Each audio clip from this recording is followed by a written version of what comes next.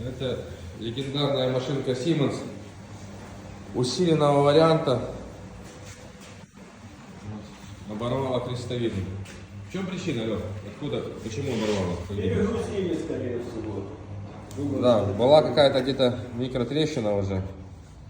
И машинка была перегружена. Что произвело? Полностью вырвала. Вырвало волна. Сердце вырвало. Бак металлический.